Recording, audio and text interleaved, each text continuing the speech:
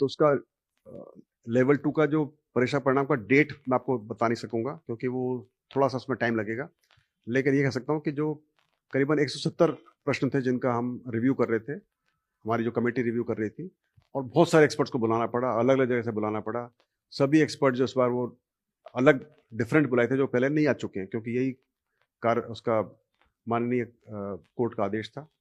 तो उसकी पालना करते हुए हमने ये कार्रवाई की। लगभग अब पूरी हो गई है, सिर्फ 2 क्वेश्चन हैं जो कि मेरे को लगता है कल तक पूरे हो जाएँगे, और उसके बाद में जो कमेटी है वो अगले 1 हफ्ते के अंदर करीबन 20 तक इसकी जो इसका जो रिपोर्ट है वो बोर्ड में पेश कर देगी।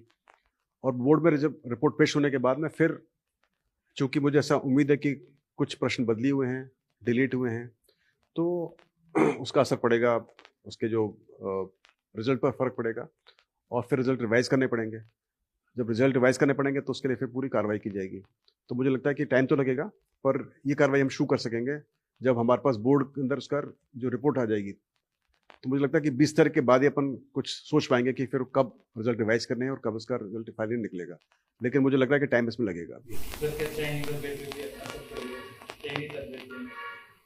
चयनित अभ्यर्थियों पर असर पड़ता है, जैसे पिछली बार एलएसए की परीक्षा हुई थी, पशुधन सहायक की, उसमें एक क्वेश्चन उसका जब एक आंसर जब बदली किया गया था सुप्रीम कोर्ट के आदेशों के अनुसार, तो उसमें लगभग 40 से 50 बच्चों का फ़र्क पड़ा था। 40-50 बच्चे सिलेक्ट हुए थे, 40-50 बच्चे चयन से बाहर हुए थे। तो चूँकि ये तो और भी बड़ी परीक्षा है, L2 की परीक्षा बहुत बड़ी परीक्षा है, तो मुझे लगता है कि इसके अंदर शायद ज़्यादा फ़र्क पड़ेगा।